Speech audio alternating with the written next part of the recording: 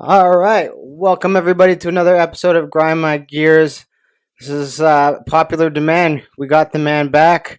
Before we get started, log on to www.ashtonanddarmma.com. Use discount code Brown Privilege. Get yourself 10% off any of the gear online. We just launched a Nutrition Plus program. If you're looking to get yourself in better shape and help with nutrition guidance from experts, that's where you go. Also, log on to www.rebeccagodfreyartistry.com. Sign up for her newsletter. You get 10% off as well. All of her designer brands and art and everything else like that. So let's get to it. Back by popular demand. Chris Bonfoco from the island. Or no, you're not on that fucking island. You're on the peninsula. The peninsula of Placencia, Belize. So, how is it, Coach? Good. Well, first I want to chime in here for charity that I'm kind of helping out here. Yeah, go for it. You see my shirt with the blue ribbon. There's a plane landing right next to it here. Liberalism, find a cure. It's a really important thing. We should be looking into staying out of totalitarian states. I attribute this shirt to Mr. Mark Dice. Maybe one day he'll see this podcast, but important charity, guys. We got to find a cure. We got to find a cure because we have zero cures for it. We got cures for everything else, but liberalism.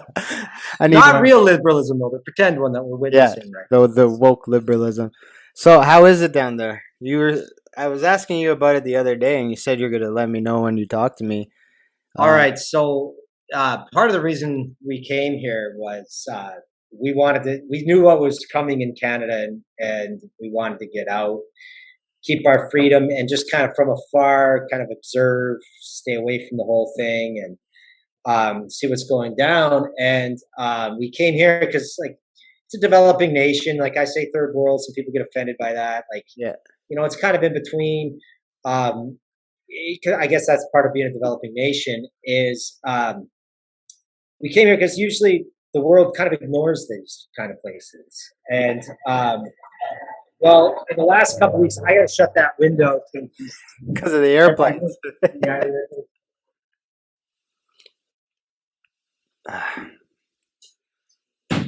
There's really not that many that come in, by the way. But whenever you get here, you come down to visit me. I'm not gonna pick you up in my truck. I'm just gonna take a dinghy across. You just walk across the tarmac. I'll pick you up in my dinghy. When I visit you, we might have to drive from Canada. They might not let my ass. They might not let us, right? Yeah. So anyway, we came here to Belize to get away from it. So what's happened since we got here? When we got here, there was a curfew at 7 p.m. until 5 a.m. Yeah. And you have to wear masks outside, which it doesn't make any sense whatsoever. But so anyway, that was kind of it.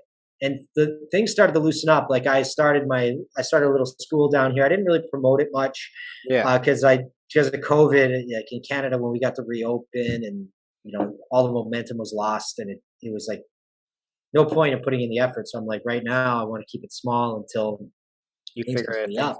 Yeah. So anyway, we started our contact sports here at the middle of April, whereas Ontario was July until July, right? July, yeah. So, which was nice, but now they have these things called SIs here. They're called statutory instruments, and the current one. There's some crazy things happening down here, and I can get into it, conspiracy-wise, and what's actually going on globally. So the health minister here announced 2 weeks ago that as of October 1st, you're not able to go into any public space without a vaccine passport. Okay. Now, they don't have QR codes here. There's no way they could I don't even know how they're going to try to enforce this here. This is a country the size of Southern Ontario with 300,000 people living in it. Yeah. And they don't have much for infrastructure, right? It's easy for the cops to kind of catch people doing things because there's only a few roads. There's not a lot of roads connecting areas to areas. Inside communities, there's dirt roads. But so anyway, you have to have that. Yeah. Now, when that came out, it's funny here because the mafia here is the Mennonites. It's for It's real, the reverse. right? It's so bizarre because the Mennonites here came about 25 years ago, and huge props to them because the only reason there's paved roads in this country is because the Mennonites. Like Yeah. they've done a lot of work here, and they came here because they were told they had amnesty if they had to go to war or something because they're pacifists. They want nothing to do with that, right? Yeah. And they really have helped the Belizean economy. They built houses, they built roads, they opened stores. Like they make their own wood, right? Yeah. Like it's crazy how much they do in this country. What So percentage of the economy would you say they kind of? I don't know. I like What a, if I was to assume it's over 50%, wow, that right? much. Because they employ so many people. Yeah. Yeah, Well, they that's do a lot of stuff. well. Yeah. Regardless of the number, it's a significant amount. Oh yeah, and like talking about food production, all of that. Yeah. So they're coming out with these rules. That's supposed to start October 1st. So the Mennonites met with the prime minister here and basically said, and they had sent out an open letter. Their verbiage in the letter was absolutely brilliant. They said, the vigor in which the government is moving forward with these mandates displays nothing more than nefarious intent. Yeah. Absolutely loved the language that they used. Because people think Mennonites, they think horse and carriage, right? Like these people are sophisticated people. Yeah. Um, and anyway, so they met with the prime minister last Tuesday, and all of a sudden, this new statutory instrument came in for the next 2 weeks. Now, the next 2 weeks, this is what's going on. I live in Placencia, so there's 4 areas of the country: Placencia, Hopkins, San Pedro, and Key Cocker. These are the 4 major tourist areas. Yeah. They do not have to abide by a lot of these rules.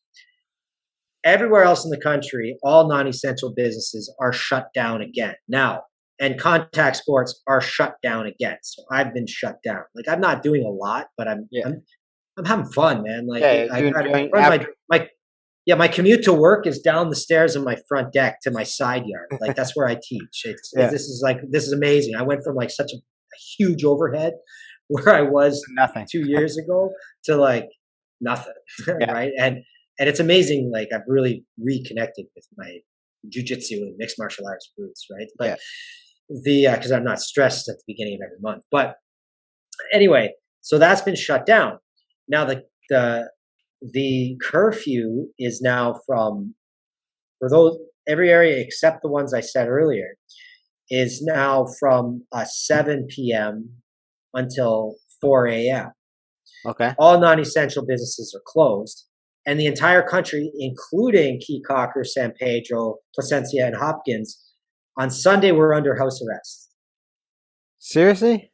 Yeah, we can't go anywhere on Sunday. You're allowed to go to the grocery store. That's it. You can't go, like starting October 1st, they're saying that we can't go to any public place.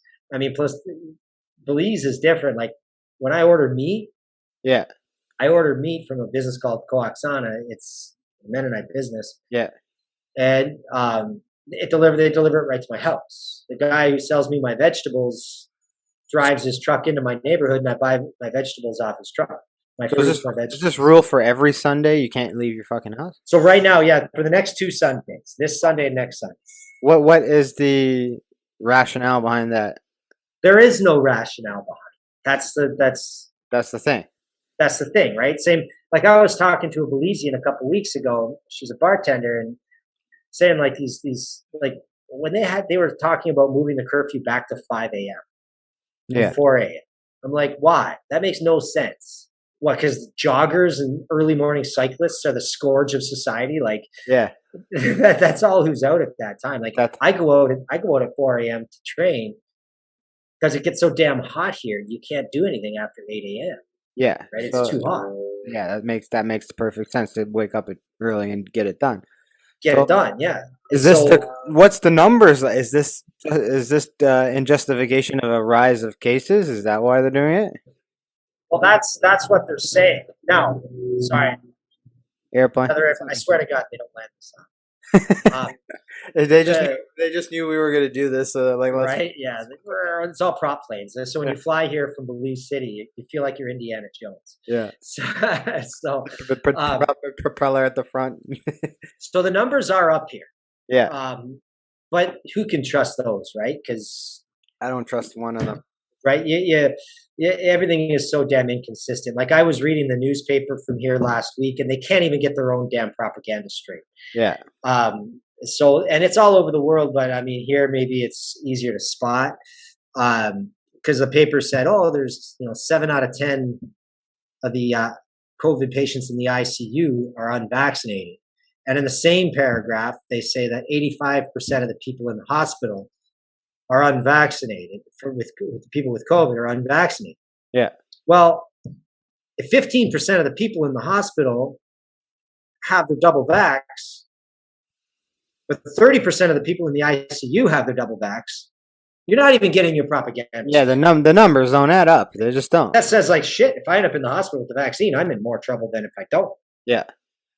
Right. And the other number is that last I checked is this country only has 18% of the population is vaccinated. So it's a very low amount.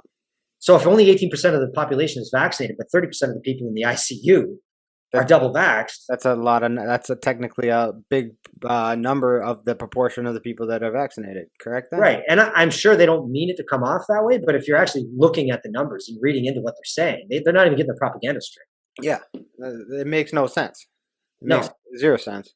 And then if 15% of the people, like if 18% of the people of the population are vaccinated, but 15% of the people in the hospital from COVID are vaccinated, that means only the vaccine is only 3% effective.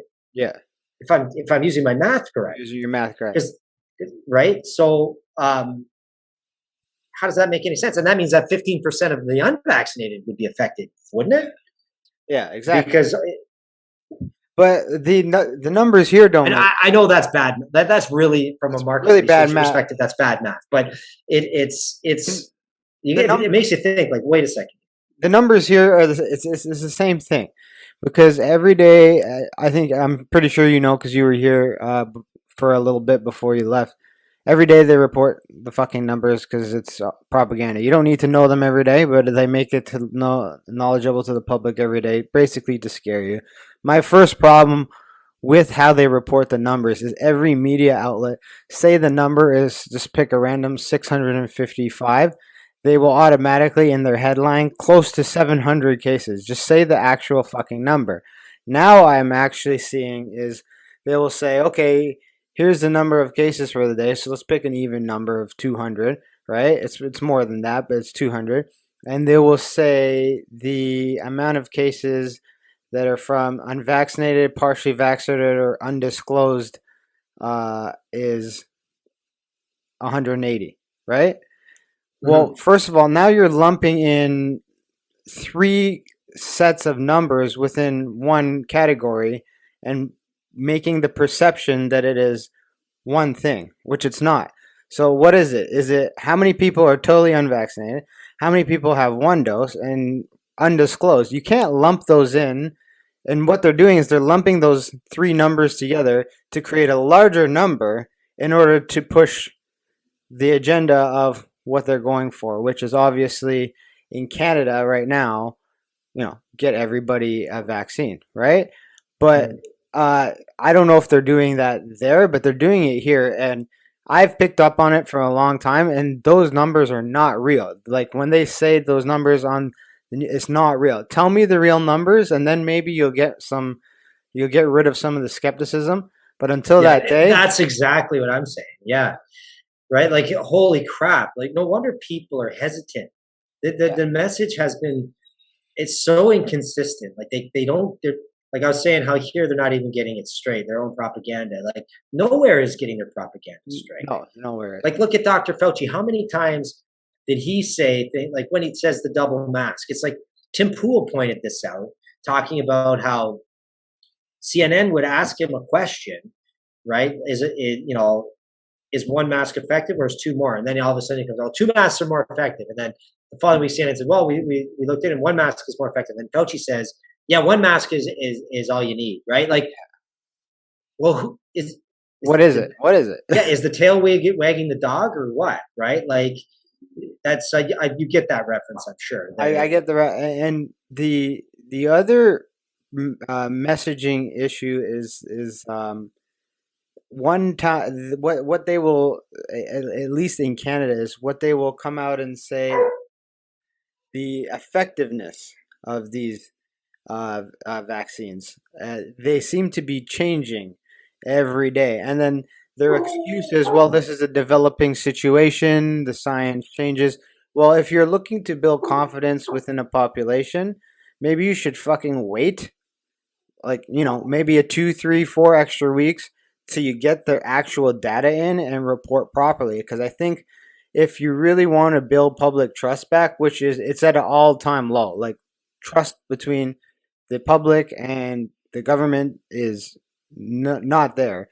I mean, obviously, for a certain group of people, they'll believe anything they hear, but the trust is not. If you want to get the trust back, just stop giving information, just blurting it out. Okay, we're going to do this, and then 2 weeks later, we're going to do this because the information should wait. Get all the facts together and present it all at once, and then the mixed messaging will kind of disappear. I think we're what almost 2 years into this now. We're heading into the final second year of this. The messaging has not changed in the fact that every week or two they keep confusing people more and more and more. And to be honest, nobody knows what to believe anymore. So at the end of the day, they're saying, "Fuck it, I'm just gonna not care," right? And that's Yeah. where we're at right now, at least in Canada, and I can see that happening around the world. I mean, look at Australia. Australia is a fucking shithole. Well, I mean, if people, the sad thing is, if people actually looked at Australia critically, that all these anti-gun people, Yeah, right? Like that's what happens when you take when you away. allow the government all the power. Yeah. Like I don't want to get into a Second Amendment debate. Mhm. I don't understand why people don't understand it Yeah. because it's not the legal purchase guns that causes problems. Like look at Canada. Like Trudeau saw an opportunity to do something and he did it based on nothing, Yeah. right? Like no AR-15 has ever been used to kill a Canadian. No. Every person Handguns are the problem, and they're unregistered gang violence. Every person That's I what's know with an automatic rifle is a licensed gun holder and a responsible fucking human being. I yeah. know quite a few. I have at least 10 to 15 friends who have gun licenses and have those rifles, and none of them have that thing out. They are responsible gun owners. They only shoot it at the range. It's all locked up in cases. They're all It's not. It's the illegal guns coming in from the U.S. It has nothing to do with the responsible gun owners in Canada. So that whole thing was just a play that he used politically But to. people buy into it, and that's what comes into what I see as the greatest tragedy of this entire what do we Situation. call it? I wouldn't even call it situation. This era Yeah. has been in the COVID era. COVID has enabled weak people too much power. Yes. 100%. Okay, weak of character, weak of strength. There's no more meritocracy. All you have to do now, and this is why this debate has gotten so bad, is you do not have strong alpha people running what's going on. Yeah. 100%. All you have to do is pretend you're compassionate. Yes. That's why people think Trudeau is like these idiots who vote for Trudeau. I'm sorry, I'll just say you're an idiot if you vote for Trudeau. And these people who do this, they're doing. Oh, he's compassionate. That man is not compassionate. Not one bit. Not one. Any person who says there will be consequences if you don't take the jab, that is an authoritarian right there. You have threat. It was a threat. and they're the same people. Like I'm so disgusted with these people. They're the same people who sit back and they call everybody a racist, and they turn around and they're the ones who are doing exactly what the people did. It's like, oh, how did Germany fall to the Nazis? Yeah. Because of you. You're the one who did it. And I'm not going to make specific examples, but you're 100% right, because I see that within family and friends. I see the exact same situation you're describing, is that Yeah, The ones that vote for him are actually the ones that are perpetuating those right. things. And like I say, the weak people getting power, it's because now all you have to do is say, I'm getting the jab because I care about you. I'm putting on my mask because I care about you. I'm doing this because I care about Yeah, a grown up, a human grown up knows a specific thing. There is no such thing as an unselfish task, yeah. an unselfish act. Sorry, No, act. no such thing. No such thing. There's no such thing. And people hear that. And I've said that to so many people over the years. People hear that and they'll think like, oh, that's not right. Like, what are you talking about?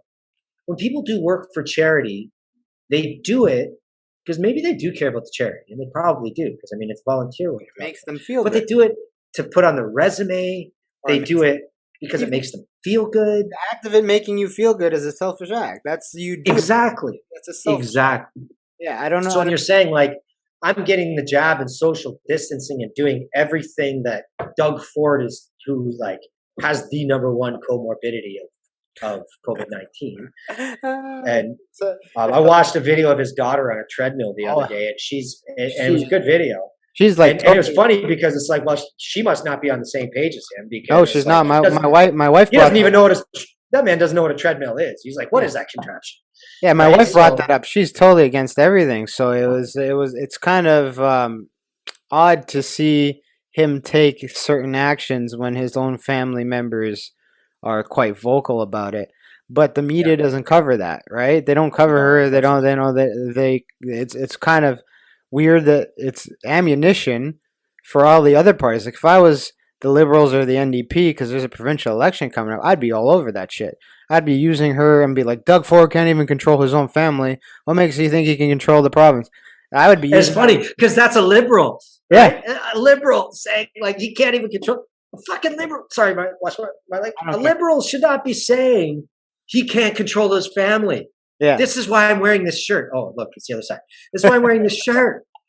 A liberal can't say I'm going to control. He can't control his family because a liberal's not looking to control their family, his Yeah. or her family, or their family. Sorry, right? It's like Wrong pronoun. You're gonna so the hypocrisy is brutal. So like to the weak people who now have control, like the problem is when you have weak people in control, is chaos happens, yes. and it's like so your typical left-wing lunatic these days is going to say like, well, what are you calling a weak person, right? Like you wanted a dictator, you fascist, right? Like no, strong people don't like fascism, weak people do Yes. it, like, or communism, because it's the same thing, Yeah. right? The thing is like strong people want to be left to fend for themselves and to have their freedoms and respect what their neighbor does and Yes. respect what the person on the other side of the world does. That is liberalism, Yeah. not what we're seeing today. Well, when I see these, I was telling my wife this, and it's just my observation because I like to participate in society sometimes and just watch and kind of see and observe from the outside. And so, what I'm kind of observing now is, obviously the media does one thing where they propagate stuff, but they're saying how like a lot of Canadians support the idea of a passport, right? Well, with my I observation, don't think so. Go ahead. Sorry. it's not true. It's not true. That's all propaganda. But the what I'm finding is the ones that actually are okay with this were the ones that in 2019, maybe all they did was get up, go to their job, come home, watch TV. They lived rather mediocre lives, right? And I'm not trying to pick on anybody, but like No, no, no. I'm just saying they lived normal lives. Their status when they woke up in the morning, their status was determined. This is where I'm going to be in the social ladder for the foreseeable future or for the rest of my life. And the ones that I'm seeing being very vocal about in support of this because it gives them an opportunity to increase their status. Now all of a sudden I'm part of this exclusive club that gets to do things, and other people who are actually successful, or hardworking or independent thinkers who maybe just don't want to participate in this jab thing because they've made a choice. Well, now I'm above them. It gives me a chance to jump this social ladder, and now I'm an elite, sort of like an elite, and then the fringes, and then that's my Exactly what I'm social saying. observation of what's everything that's going on. And like you said, when I look at the people who are supporting it, and there are some people around me that do support it, and they're entitled to that fucking opinion. I don't give a shit. Absolutely. That's but those are the observations I make, is that they were those type of people.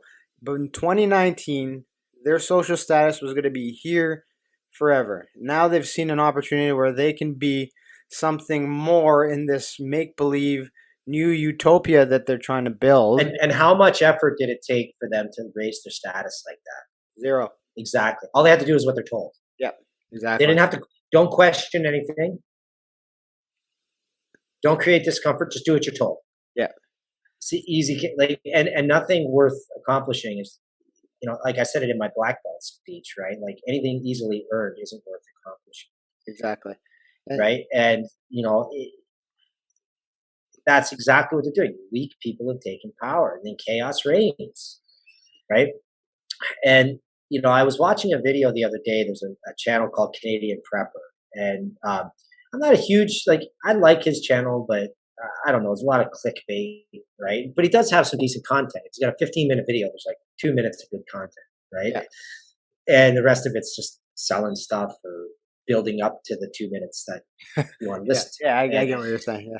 Yeah, and so he was talking about people like me, and it actually really resonated with me. Where he's saying you take these independent thinkers and you guys kind of go off into the woods and go to do your own thing to try to stay away from it. But that's maybe part of the plan, right? They want to get the strong people, the people who are independent, onto the fringes, so that the controllable masses are there. And that's kind of it feels like this whole thing is just this massive social experiment.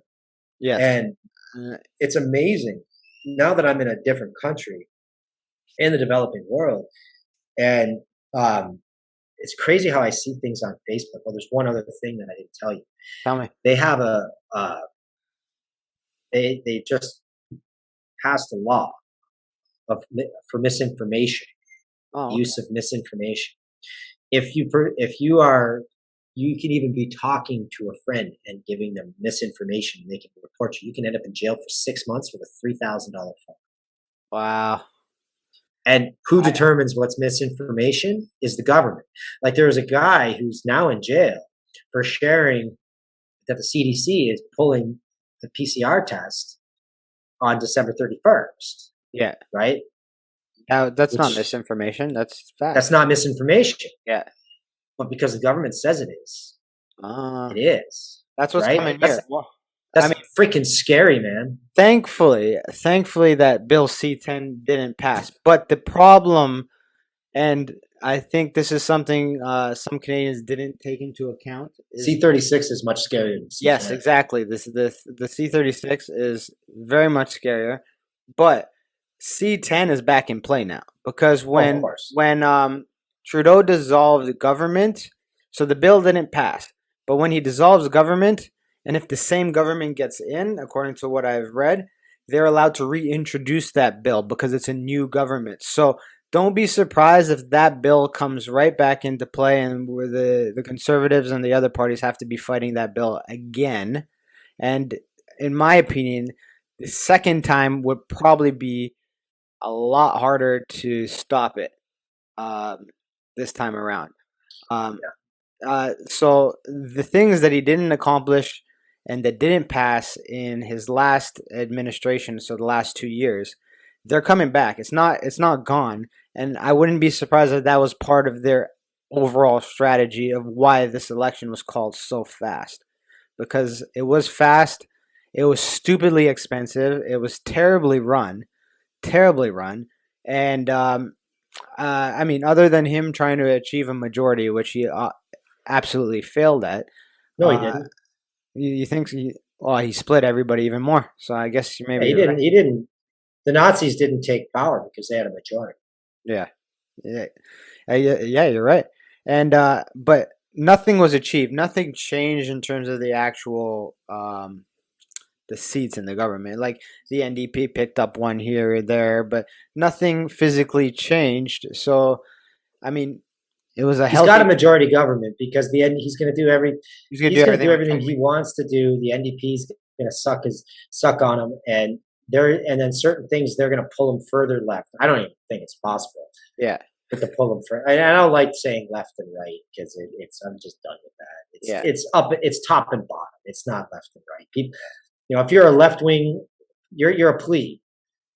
Whether you're a left wing plebe or a right wing plebe, you're a plebe.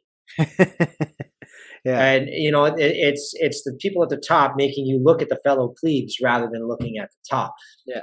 I think the most significant piece of literature that people can be reading right now is What is the Third Estate before the French Revolution. Uh, sorry, refresh me on that. What is that? What is the Third Estate?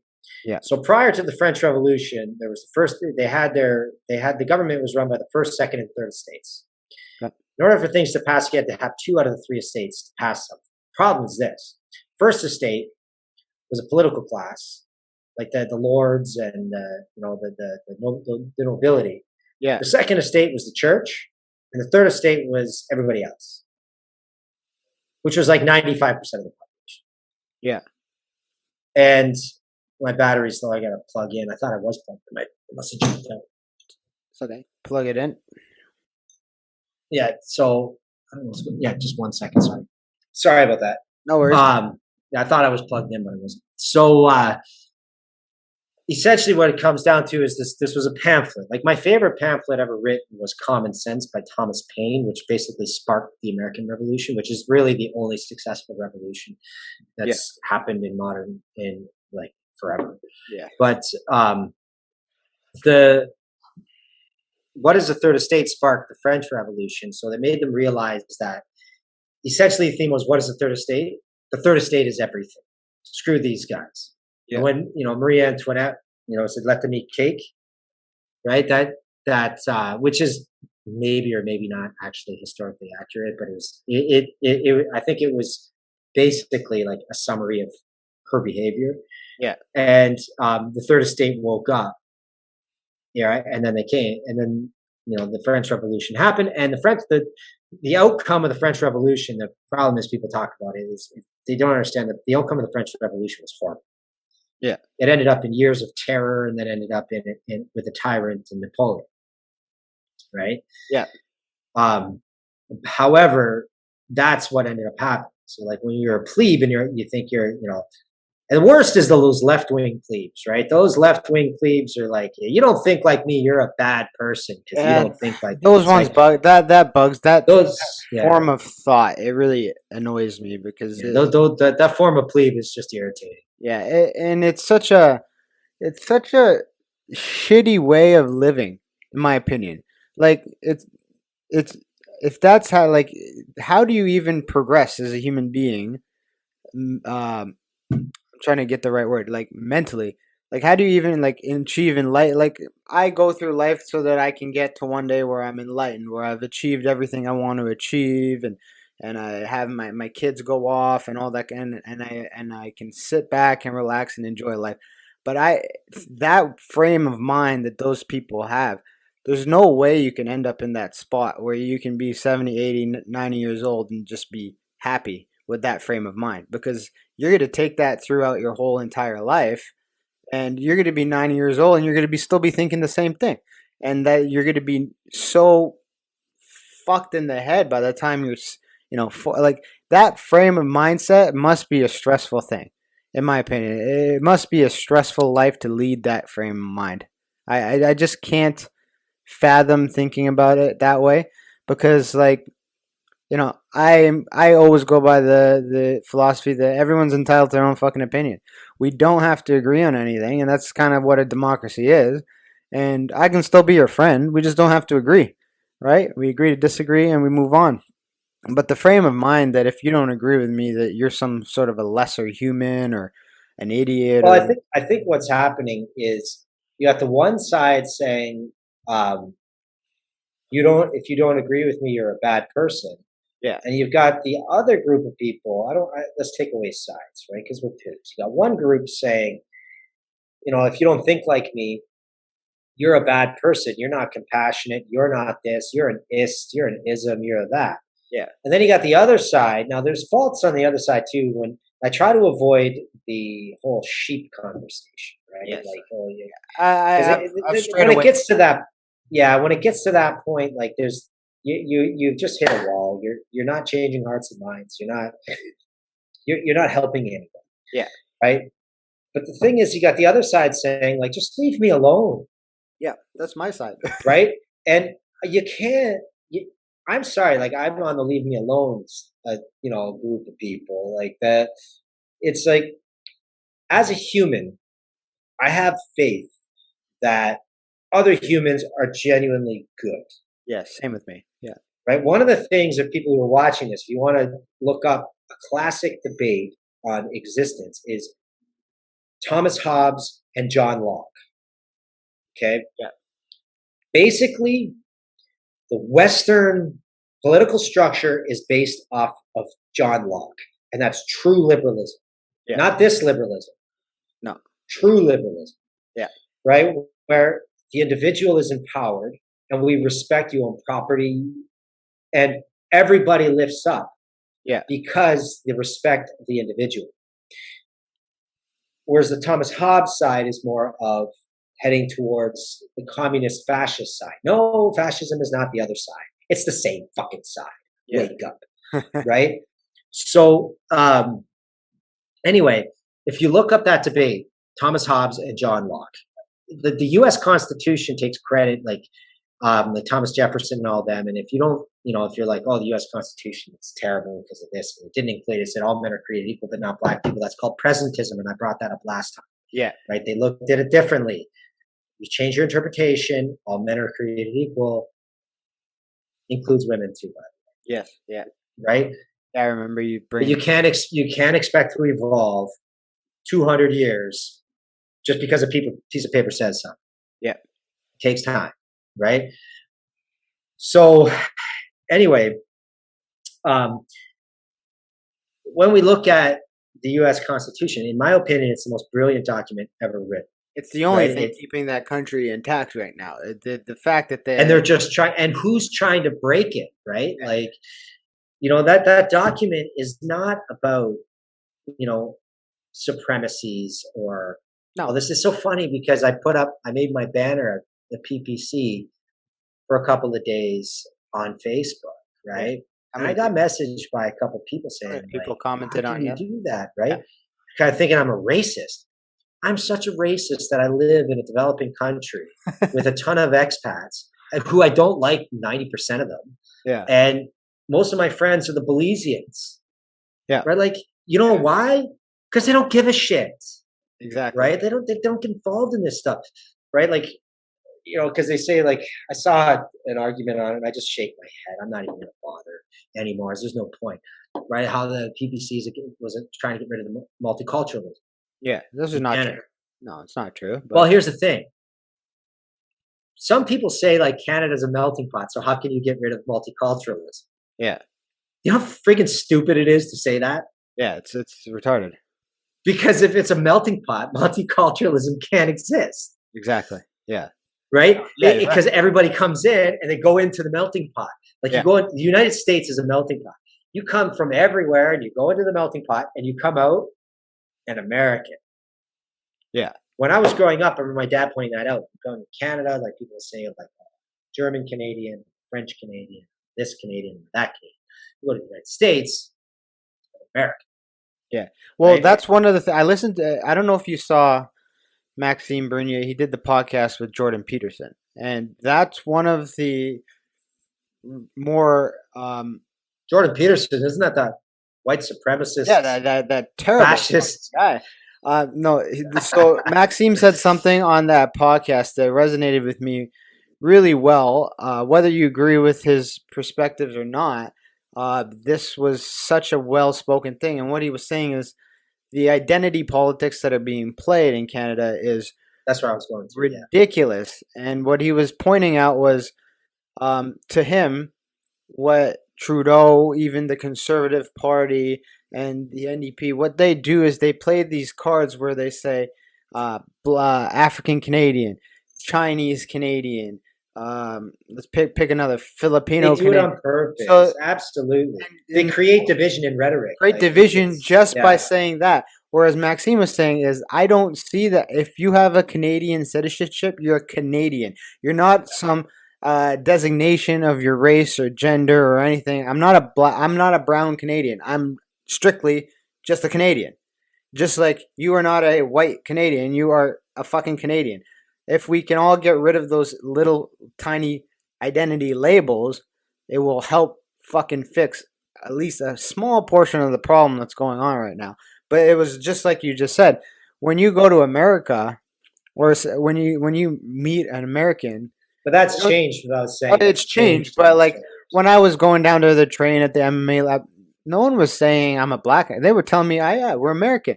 It's an identity of the country that you belong to, that you're a citizen of. Whereas now what Maxime was saying, and some other politicians have said this too in criticism of Trudeau's identity politics, is that we're basically labeling everybody again and segregating even further, not just by political party now, but by color, creed, wherever the hell you came from. You Oh, get what it's I'm it's saying? everything now. It's color, creed, country, whatever medical status you have, what Yeah, victim status you are, exactly. right? Like my goodness, like this is yesterday or 2 days ago. Okay, I go out for one of my long run because my Ironman's coming up in Yeah, like 7 weeks, right? And I'm getting stressed, right? So I got my 2 hour and 40 minute run on Wednesday morning, and which is like it sucks, but it's also insane. yeah. It sucks, but It's yeah, it it's sucks and exercise. it's great. It's your So training. I leave my neighborhood. So I'm running out of my neighborhood now. One of the problems down here is there's dogs everywhere, Stray right? dogs, right? And I carry a pocket knife to protect myself against stray dogs, against well, not just stray dogs, but just dogs in general. Like I really haven't had a problem. Most of the like the Belizean dogs are usually good dogs, to be honest. They're the ones that they don't even give a shit. I run by and they're just like, hey man, Yeah, what's up? right? Like, you know. But I'm running out of the neighborhood. And this lady's got 3 dogs. Okay, and I'm coming down the road, and I've seen these dogs before because I've almost hit them on my bike because she never leashes them. So when I'm riding and it's dark and I got the headlight going on my bike, and I'm coming around that corner, I'm going like 30 or 40 kilometers an hour, and your dogs are just everywhere. Yeah, Last thing a cyclist wants to do is hit a dog because, yeah. first of all, I don't want to hurt a dog. Secondly, Well, you I'm love going to dogs. take, You yeah, love I'm going dogs. to take the worst of that. I'm going to crash. It's going to be horrible. My bike is worth $1 gazillion. I don't want damage to my bike, right? So, anyway, I'm jogging up this street, and these 3 dogs are coming up. I see her. She leashes one, and the biggest of the three is like 90 to 100 pounds, some sort of lab mix. Yeah. He's like about 7 feet away. He's fine. And then as soon as he's beside me, he comes at me. He's attacking me. The other dog starts to come. I start to like I get loud. I start telling my first thing I say is F off to the Yeah. dog, right? And I pull out my knife. I open my knife and I turn and I'm yelling at the same time. Now, a martial artist is going to understand this. The story is about 2 minutes, another 2 minutes. Yeah, no worries. It's mentality, right? So I pull my knife out, like I'm freaking scared, right? Like bang, like I got a dog attacking me. I'm in a developing country. The closest hospital is an hour and a half away. Do you think I want to get bitten by a dog, Yeah. right? When I have to do a 140.6 mile race in freaking 7 weeks. 7 weeks, right?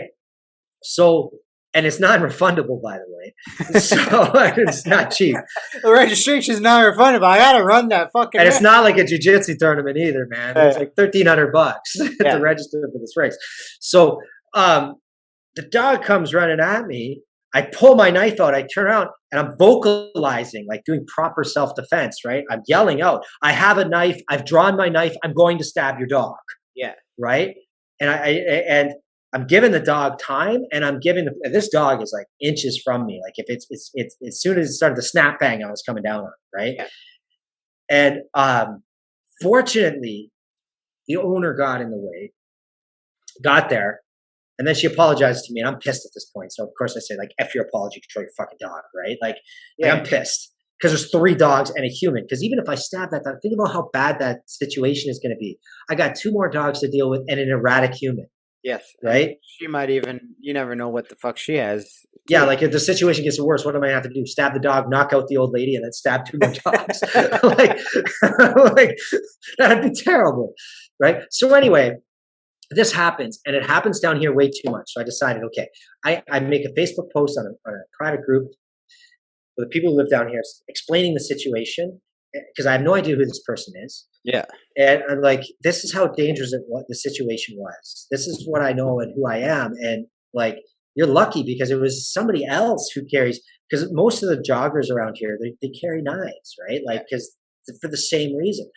I got elevated. I got like jacked up. Like I was not panicked, but like raw. I was in fight mode, right? Your adrenaline kicked in. Yeah, like because this dog was in attack mode. Like I saw its eyes and it's baring its teeth. It's growling at me, snapping. Like not snapping at me, but it's ready. Yeah, it's ready to pounce. So I post this thing, and I get most people are like, "Man, like I'm so sick of this happening. Like I'm glad the dogs are good. I'm glad you're okay, right? Like good job keeping you're cool." I get these 2 people.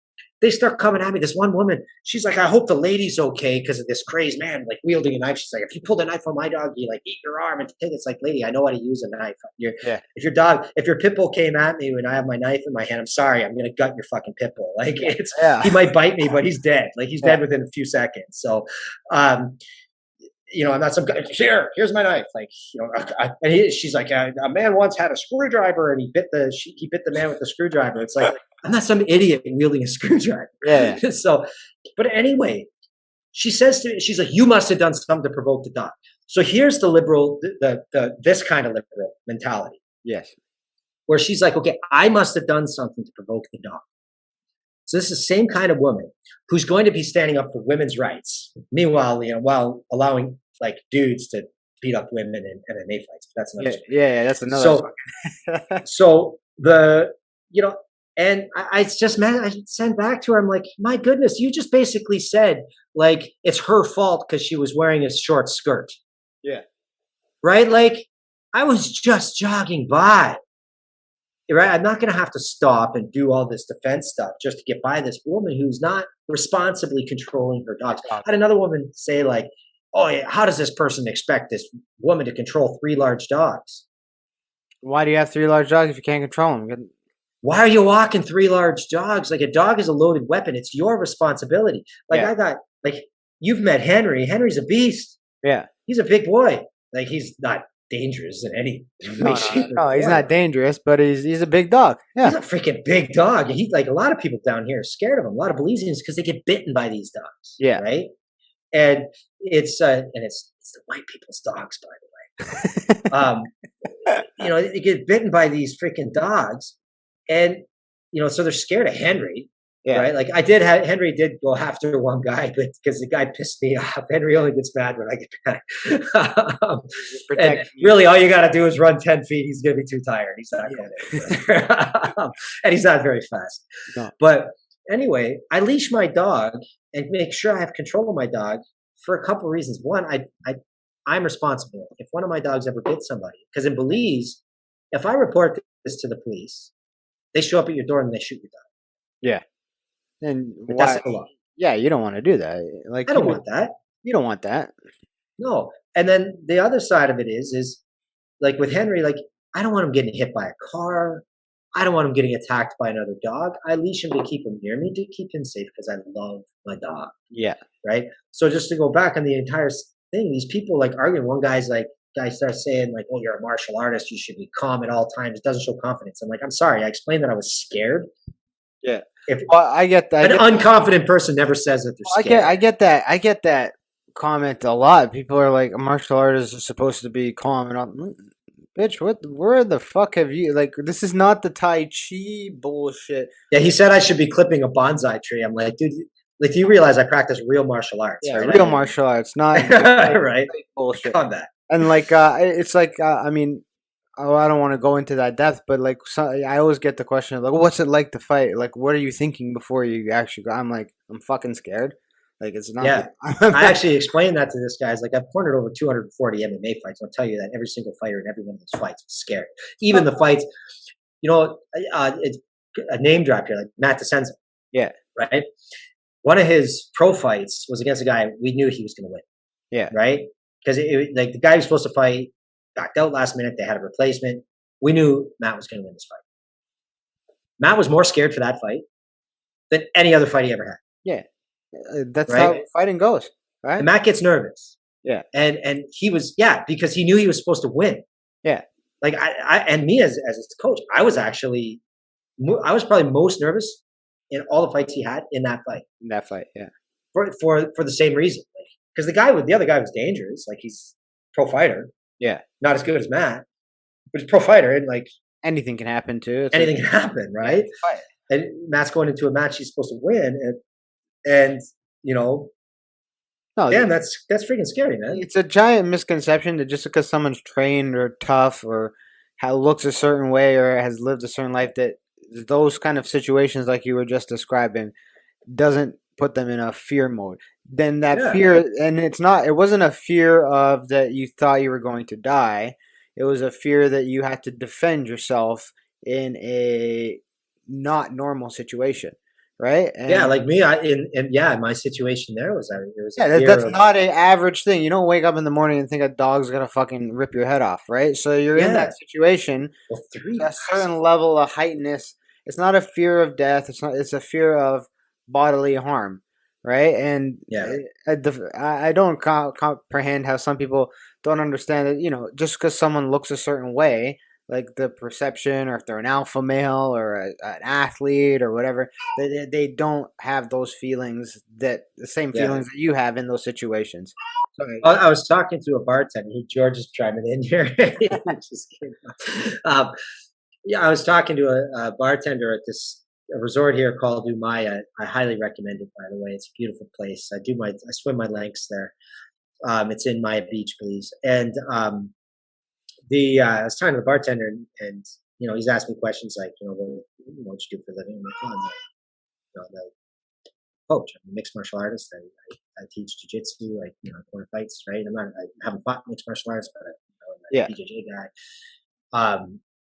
And we were talking, and he's like, well, how many, if you're on the street and there's like 6 guys, like how many of those guys are going to handle? Well, one, right? Like, trying to be like, anyone who tells you they can beat up 6 people is like, yeah, I get to beat up 6 people. That's how you know that you're not talking to a real martial artist. I can handle one guy at a time.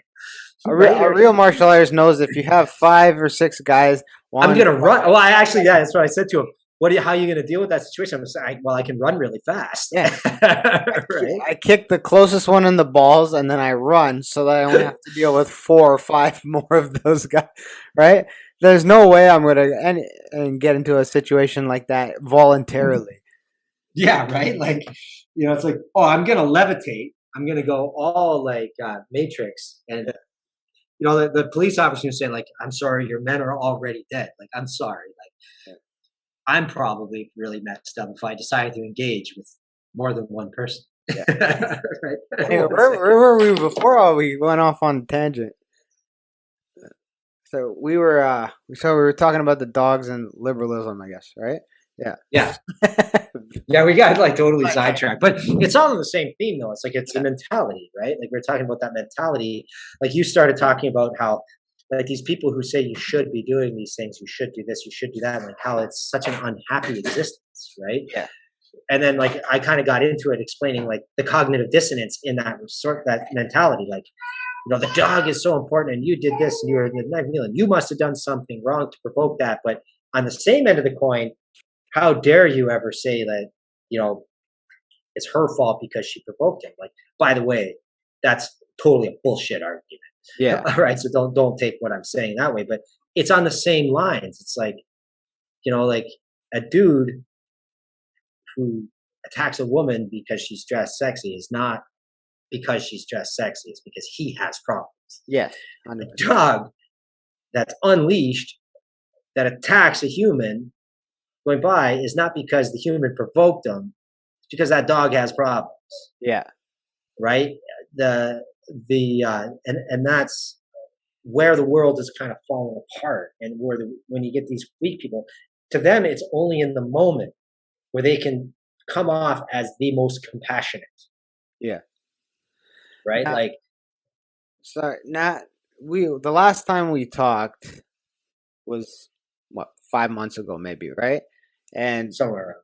yeah, and now that I go back and I think not much has changed. In fact, it has gotten worse. Like the virus situation is getting better, in my opinion.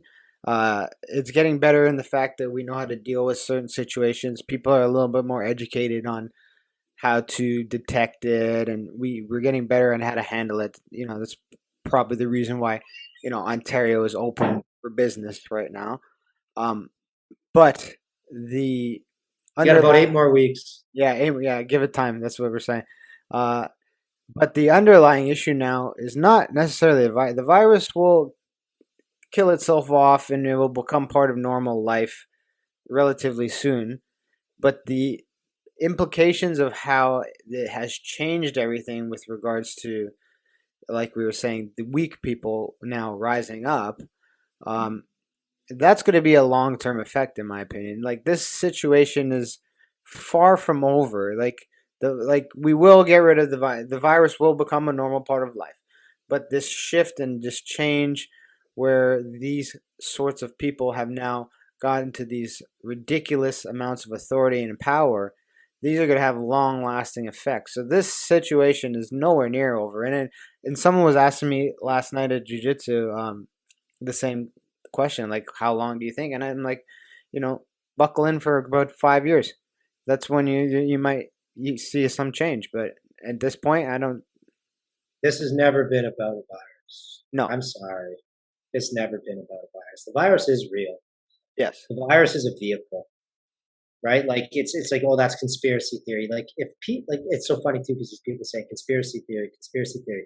Why is it that every conspiracy theory in 2020 came true? Yep. Well, not every, all not of every. it. Most Well, of the little bit of the 5G stuff, I don't know. yeah, no, Right? yeah, the Like, microchips and all that kind of shit. yeah, like that's a little bit wacky, but like the Chris Sky video. I mean, come on, right? Like, I was a fan of him at the start just because of standing up and doing stuff, but he got a little wacky tobacky towards the later half of this year.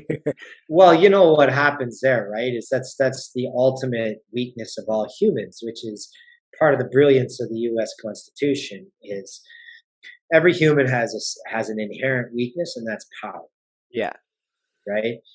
The more power people get, the more corrupt they get, and it's like it yeah, doesn't matter. You could take Jordan Peterson, who to me is like probably the most based human on this planet, yes, I love that guy. right? Yeah. And you give him too much power, and he will exploit it, Hmm. right? And um, it's super scary, and that's why the U.S. Constitution has so many checks and balances in order to stop that, right? So Chris Sky, he nailed some things really well, but as that happened, his power gained, and Popularity. Yeah, and then it became then things turned into you being a wackadoo. yeah. He caved. He caved when he had the chance to do something really positive for his life. But it is what it is. That's not the first time I've seen Yeah, that. I don't know how far it's gone down, but the pattern is always the same. Right? Yeah, Like it's and so for now, like I've read a couple of books recently um, that I like to read everything, yeah, right? As much as I can get my hands. And I read the uh, the Great Reset, which is a conspiracy. No, yeah. it's not. Conspiracy, but yeah, Because the book I read, The Great Reset, was the conspiracy book written by Klaus Schwab himself and the okay. other guy. I can't remember the other guy. Right? It came directly from Klaus Schwab, from the IMF and the World Economic Forum. And essentially, that book is the Communist Manifesto for today, right? The way it's worded, the way it's like, oh, the virus is, this is how we're going to come out of it. This is going to, it makes everything sound hunky-dory. And then I read another one called Endgame by Dr. Vernon Coleman. I've heard of that one. Yes. And, because all of a sudden Vernon Coleman is, he's a conspiracy theorist, even though he's written a gazillion books, everybody loved him. Now that he's not following the narrative, he's terrible. He's probably a supremacist of some sort. Yeah. According to the mainstream media. And it's interesting how he kept alluding to in that book, like none of this is by accident. None of this is by accident. No, I think this was all by design, to be honest with you. Yeah. But then you get people and they say like, well, hey, come on, like you have all these people in on it, someone's going to crack. Here's the problem is there's a book called Influence. Okay. It's by Dr. I think it's Anthony Cialdini. It's a fantastic book to read if you own a business, right? It is, if you want to market, you want to do sales, you better read Influence. It is, because essentially it equates people into automatons. Yeah. Okay. And because we all have neural programming that causes us to react in specific ways and specific reactions. So when you think like, oh, well, a conspiracy like on this scale can only happen if all these people are in it, there's no way that it's going to happen. That's not true. It only takes a couple of people. Yeah. Right? It only takes a couple of people and people who understand human psychology and how I put this up as soon as the pandemic hit, and it's more true every day than the day before. It's when Agent K says to Will Smith's character at the beginning of Men in Black, okay, that movie. The person is smart, people are dumb, dangerous, panicky animals, and you know it. Yep. Right? And that's essentially what's happening. Like, you make people scared enough, they stop their ability to reason, they stop their ability to think, and you get them on a line, especially like, man, like the whole jab thing. Like, well, if you have the jab, why are you so scared of the person without the jab? Well, that's not proper thinking because you're keeping the virus going. It's like the virus is going to keep going. Like, smallpox is not dead. Yeah. The measles is not dead. Like, people think that, oh, we've killed polio. Like, no, it's still there. Like Jordan Peterson, no. Like, it's still there. This is a coronavirus. It's very different. And, if you have the vaccine, then you should feel pretty safe. Sure, you should. That's normally what those things are. Like, if I'm next to a person with polio, I don't care. Yeah. If I'm next to someone with tuberculosis, someone with the measles, I don't care. I have my vaccine. And like, I'm not against any vaccines. I shot Benson up with him all caught up with his shit. Like, I'm not against anything. Like, that's we talked about that last time. If you're against the narrative or if you're against a certain topic, you automatically get labeled as anti, right? They always put anti. Yeah. Well, they got to label you. Yeah, or a denier. Yeah, or you're a vaccine. That I'm not against it. Like, I'm vaccinated. My wife has vaccine. Everybody, like my whole family, my kids got their shots. Like, I'm not against any of those things because you know what? I really don't want the measles. Like, that's something I don't want, right? These the fact that if you ask questions, you're labeled now. Like, I think one of the podcasts I think that is very good. I don't know if you've seen the one that Joe Rogan did with Dr. Weinstein and Pierre Corey. Have you seen that one? I did not watch. Well, I watch Dark Horse a lot. That's Brett Weinstein. Yeah, Brett Weinstein's channel. But he did one maybe 2 months ago with Joe Rogan, and this Dr. Pierre Corey, he came on, and his I guess little group of doctors, their thing is that when the pandemic struck, they believed that, why would we look to make something new? Let's find something that our science has already created and see if it can be retooled, repurposed to use for this coronavirus. That was there's no profit in that. Exactly. In a nutshell, that's what his group of doctors were doing. And, I'm going to say it only once. It's the ivermectin that they came up with, right? And now, I mean, Joe Rogan took it in. It was horse dewormer, and we don't need to get into all. Like that right there, like Yeah, how people can't see through that, yeah. right? Like if Like you look up the actual function of the drug, it has nothing to do. Like it didn't win the Nobel Prize in 2015 as a miracle drug because it got rid of worms in horses, yeah, right? Like, and it's the people who run with that narrative too. Like, oh, you're so stupid if you think ivermectin works. Like, come on, like it just. Why was it right? Like, there's so much like Trump hate with it. It's like think yeah, with your brain, don't think with other people's brains. When Trump brought up hydrochloroquine, he brought it up because the French were using it and it was showing promise, yeah, right? All of a sudden in the media, this woman comes on. I think we talked about this last time a little bit. And yeah. this We woman touched comes on, yeah, and her husband died because they took this fish tank cleaner because it said something like it was hydrochloroquine Yeah, in their panic. And the media reported it. And they even had her say, like, what does this tell you? So I don't believe a thing the president says. And they played it over and over and over and over again. Now, people start to believe this. Now, all of a sudden, this drug that's been used to cure malaria, which is a respiratory disease, for over 100 years is all of a sudden dangerous. It's FDA approved, but all of a sudden it's dangerous. dangerous. But then what they didn't tell you is that this same woman, she's got to be in jail by now, ended up getting charged for murdering her husband. She was never a Trump supporter. Like they were acting like they were these, yokels, the dumb Trump supporters, as the media brings up, and brings that. And she turns out that she actually murdered her husband, and she was a historic donator to the Democratic Party. But the media doesn't tell you that. I don't report Steven Crowder had to break that, and Steven Crowder actually called ABC to tell them. and to the person who broke the news and did a live call on his show, and like they ended up hanging up on him, right? Because he was basically like, well, why are you spreading this when you know it's this? And you're saying, please give me a reason, give me a reason, give me a reason. And he had her on the line for, like, it was hilarious, right? Like, because she had no answer. But of course nobody sees this, right? Because they're told, oh, Steven Crowder, he's one of those ists and isms. Yeah, whatever. Right? Like you can't listen to him. Yeah. And it's like, and they don't see, it's like, guys, 1984 was required reading. Like, why?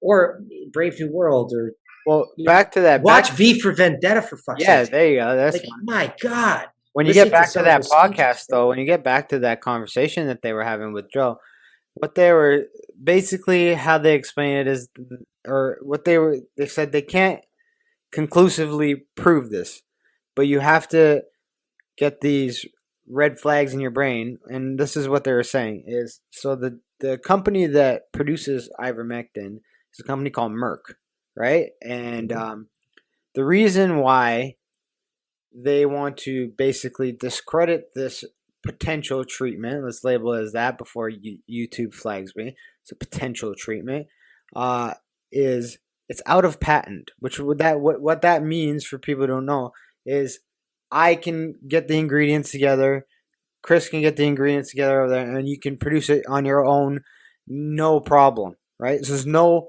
profit in that. Merck now started to discredit their own drug, the same drug that they were cool with having before and promoting and whatever. They started to discredit their own drug. And you have to ask the question, well, why? Well, they're producing a vaccine for COVID-19 as well. So by disproving their own drug, they can now bring to market an emergency use authorization vaccine for profit. They can't make profit off of ivermectin, but they can make profit off of the new thing that they're creating. Right. Now, there's no ivermectin. Sorry, go ahead. Sorry. There's no, like, the doctor was quite adamant in this. He's not accusing anybody of anything, right? But we have to start asking, you have to critically think about that situation. Well, all of that is money driven. All of that is financial gain driven. Well, then there is an issue. We need to start seeing, and maybe, like, before you discredit something, do the research on it. You gave everything else the research. You're talking about trust the science. will actually put in the studies. And if you really want to debunk the conspiracy, put in the studies and show us that that's not an effective treatment. But that's not happening. It's just, let's suppress it. Let's suppress You know, it. India is suing the WHO, right? Yeah, for sure. I know, because they're using Pierre Cody's. They're using it. He used it in South Africa as well. That's how they treated this South African variant, right? I did the Well, air. and then at the same time, is if there is this is why, like, if the back to the hydrochloroquine thing, I'm not saying that it works or doesn't. I have no idea. Yeah, I'm just we have trying no, to we have I'm no just trying to idea. get to make sense of all this. We're two fucking martial artists It, talking shit on yeah, the internet. Like we're like, I'm not claiming to be a doctor at all. So. exactly. Like, and it's like, but we have reason to question things because it's everything constantly changes. Yeah. Well, how is it that a drug that's been FDA approved and has been used for 100 years is all of a sudden dangerous and the worst thing in the world, and you shouldn't think about it? And if they just and the vitriol in which they went after it, same with ivermectin, right? Yeah.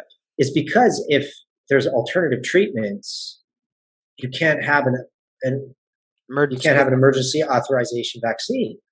Yeah. People are starting to more en masse become aware of that. Yeah. Just like, people using the argument that, well, it's not FDA approved, it's an experimental drug. Yeah. But then all of a sudden it gets FDA approved. Yeah. All of a sudden. But was it actually approved? No, I don't think so. I think it was just an extension. No. So from what I know, I watched listening to Dr. Robert Malone talk about it. I blame. He was talking about the about what had happened is basically the one that was approved. There goes George. Basically, the one that was approved was pretty much identical to the Pfizer BioNTech. However, it's a BioNTech one that's been approved. The official one that's been approved has not been. It's not in production. Yes, you can't get it. I get what you're saying. You can't get it because there's no liability protection. Yeah. So if it were manufactured and people were suffering adverse events, there's no liability protection. And if it were approved and it's being manufactured, well, how are they still using the emergency authorization? Yeah. Vaccines, because one has been used, one has already been done. And it's basically what I saw when I saw that happen. I got actually sick to my stomach because I was like, because I'm always like, I do want to do this, but it's not really approved. And then it comes out and it's like, this is still too soon. Yeah. And I just, because of all the inconsistencies, I'm very skeptical. Yes. And as you should be, as we all should be. Yeah. And but then you find out, it's like, well, wait a minute, this isn't actually really approved. They're just doing it. But the people, and it's sad because it's both sides. Like, it's both sides. Like, and this is the problem, is because we've been confused so much. Yes. Is you got the one side saying, look, it's approved, so now your argument doesn't count, so just shut up and take the jab. Because I care so much about you. Yeah. No, you don't. The other thing is on the other side is like, no, it hasn't been approved because, and I'm looking, because whatever it is, you're just looking to support your argument. Yeah. People have started, and it's hard. Like, we're all susceptible to it. I'm susceptible to it. You're susceptible. It's very hard to try to make a reasonable decision based on truth when everybody is just running with what's supporting them.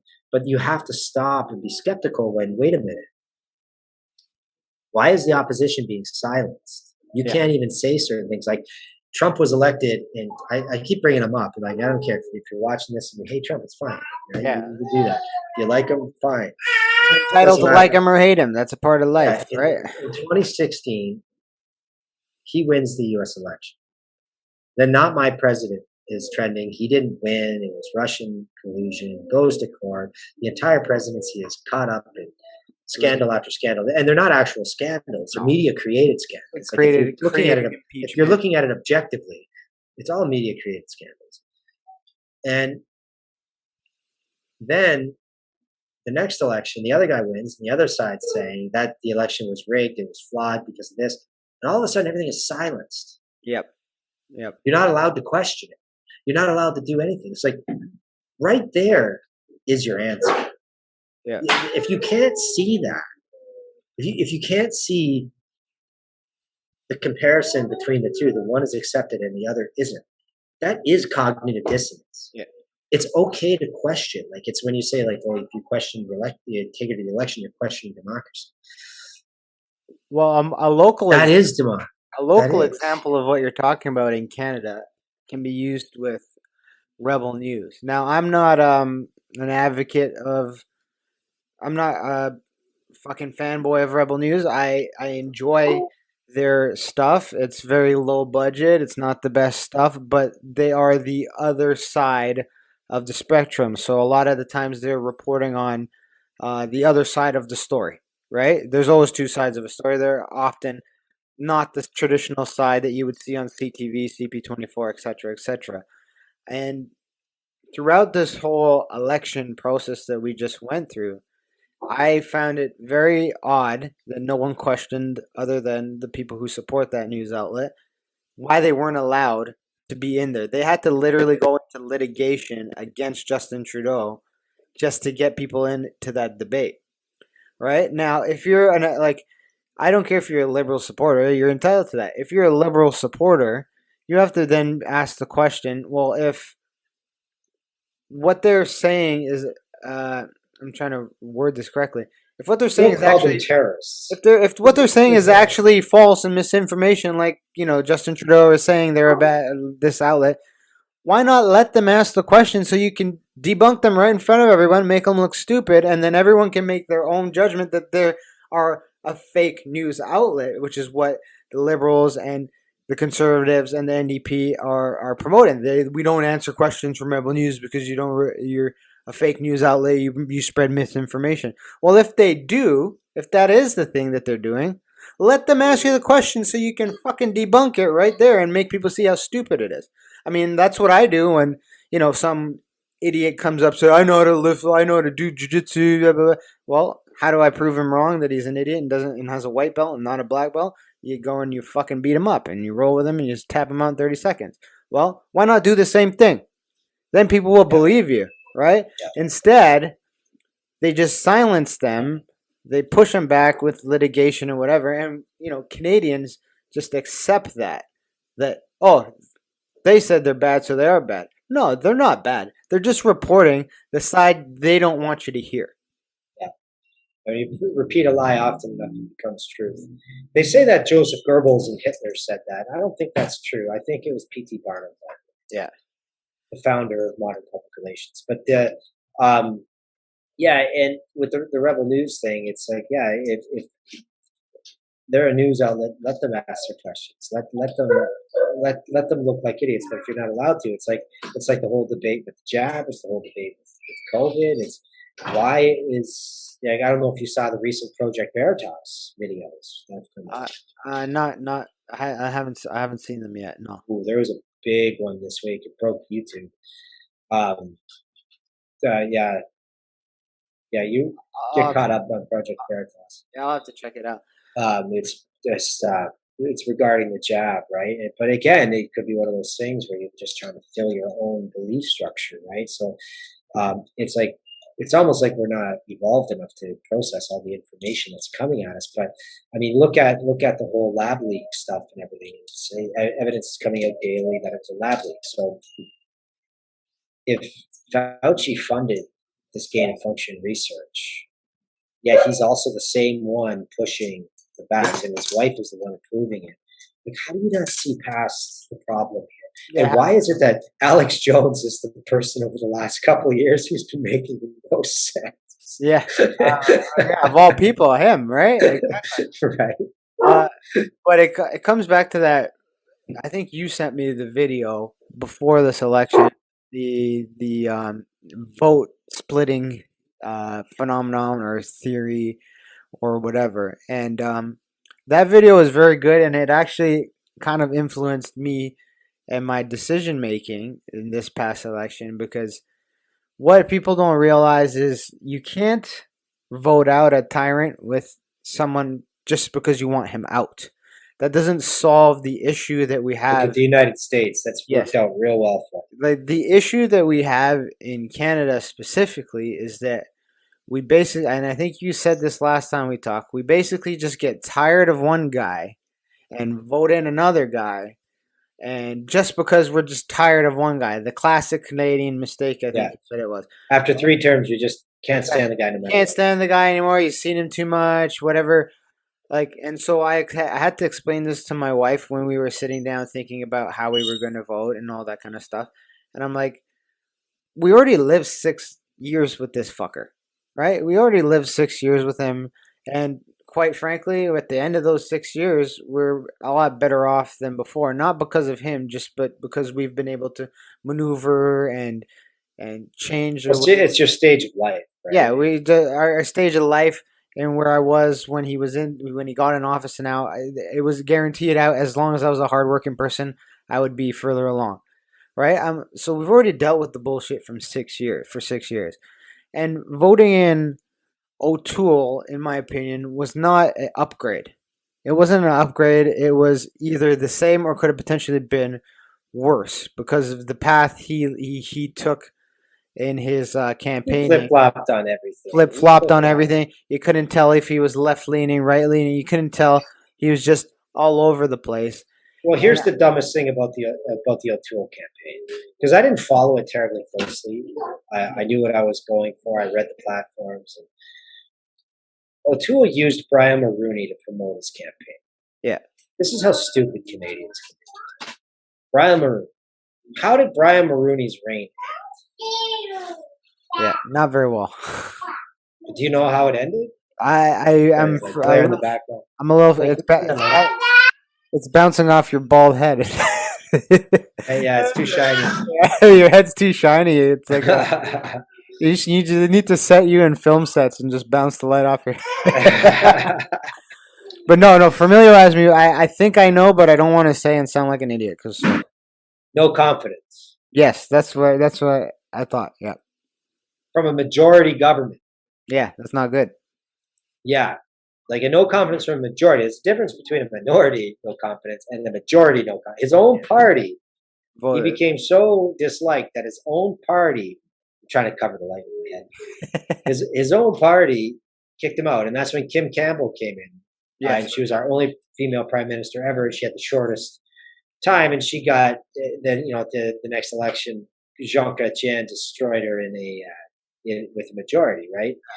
So it's like he uses Brian Mulroney to promote his agenda. Now, these people are talking about vote splitting. Now, when Brian Mulroney was prime minister, what party was he the head of? It was conservative. No, sorry, I'm spacing out. It was the Progressive Conservative. Progressive Conservative. Yeah. It was not the Conservative Party. Yeah. That's why I paused for a second. I'm like, wait a minute. Yeah. The change. So as a direct result of Brian Mulroney, Chrétien gets in. And because Mulroney was considered what's called a red Tory, right? So he's just a liberal conservative. Just like Pierre Trudeau was an NDP liberal. Yeah. And not an NDP, this kind of I need to get me one of them shirts. So let's go to markdice.com. You'll find one. Anyway, Brian Mulroney was a red Tory. So the result of Brian Mulroney, the Reform Party of Canada formed. Yeah. Similar to how the PPC did. Yes. So what ended up happening was the Liberals just dominated the 90s, right? So, and the Reform Party under Preston Manning got quite a bit of run. And then they decided to merge the Reform Party with the Progressive Conservative Party, and that formed the Conservative Party of Canada. Yeah. Okay. So here we are. This is how dumb politics are, is you have the Conservative Party leader using somebody from a different party, pretending it was the same party, because it's not. The Progressive Conservatives and the Conservative Party of Canada are not supposed to be the same. No. But this is what happens when you worry about the vote split. So, first of all, the media has done a very successful job saying how evil right-wing politics are. Yes. Right? Great job. Well, the issue is that if the line is here, this is my left hand. The left wing is here. The right wing is here. Say like, oh, they're far right. But what's actually happened policy-wise is the left has moved further left. Yes. I think I talked about this last time. Yeah, 100%. Right. But what's happening is when you vote split is You're worried, we can't do the vote split. We got to make sure that we get our person.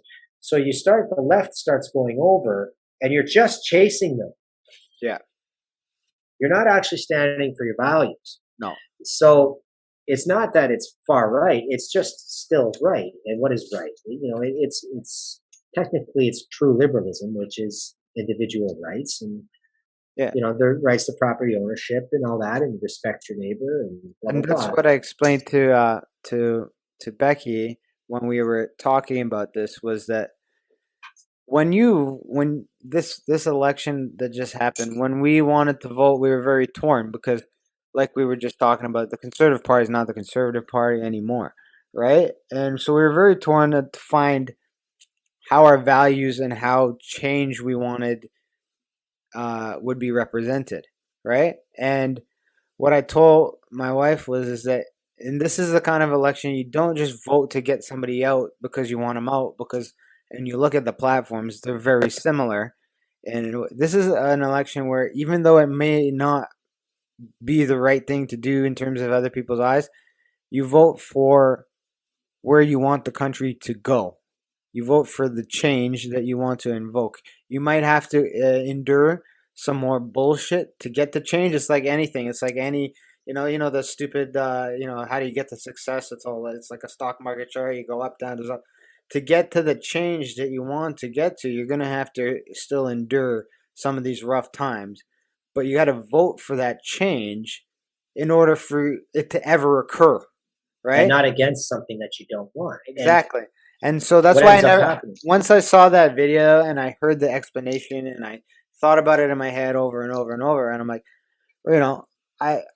how I voted is nobody's fucking business, but I voted for change. See look at that, how it is. Look at what the landscape was. I voted for the change that I wanted for my kids growing up in this country, if we even stay here for them to grow up, which is pretty much no right now, we're not. I voted for that change that we wanted. I didn't vote just to get the guy out. The guy will get out when he gets out, right? I voted for the change that when he does get out, this is where we want to end up too. And I think that's where a lot of people were lost with that frame of mind. All they're doing is playing the game and just allowing their values to get pulled over. Exactly, yeah. If you vote based, you can't possibly split a vote. No, I don't think it's if you vote based on your values and the platform that you like. If it's on the same, if it's in the same group of plebes that the group of plebes you're in is divided in two, whichever of that group of plebes you feel is best represents you, you vote for it. Yeah. And same on the other side, and then maybe the other side just avoids doing that. Sooner or later, it's going to happen. There, the pendulum always swings. The problem now is they're trying to cut the pendulum out. Yes. They're trying to remove the pendulum. Yeah. And it's sad how people are falling for this. Like, why are people it's been so upsetting to see young people on Facebook, on Instagram, on YouTube referring to the rights as privileges. Yes. Yeah. If you want your privileges, what the hell? The government is not your parents. They're not your privileges. The ability to wake up in the morning, take a shower, hop in your car, go to Tim Hortons, get a coffee, go to the mall, buy something stupid, and then go to work. Yeah.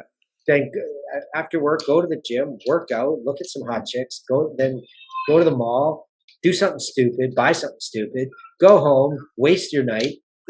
Those are your rights. Yeah, it's not your It's privilege. not a none of what you mentioned is privilege. Like that's like even how they like to say driving is a privilege. No, like did you think they? No, driving is a privilege. I know, I know, but I. They try to compare it. I argue that like driving is a privilege. Well, back in the day, if you were fucking driving a horse and carriage, that wasn't a privilege. That was what you had to fucking do to get around. Like. Yeah. So I'm not making some people should not have licenses to drive because they can kill and hurt a lot of fucking people. I'm just saying, I'm just trying to say the action of moving, freedom of movement from one You need place a to another. license to drive. You don't need a license to move around. Move. That's And where I'm and getting. That's where I was getting. by provoking, by provoking a vax pass, you're basically making it a license for you to move around.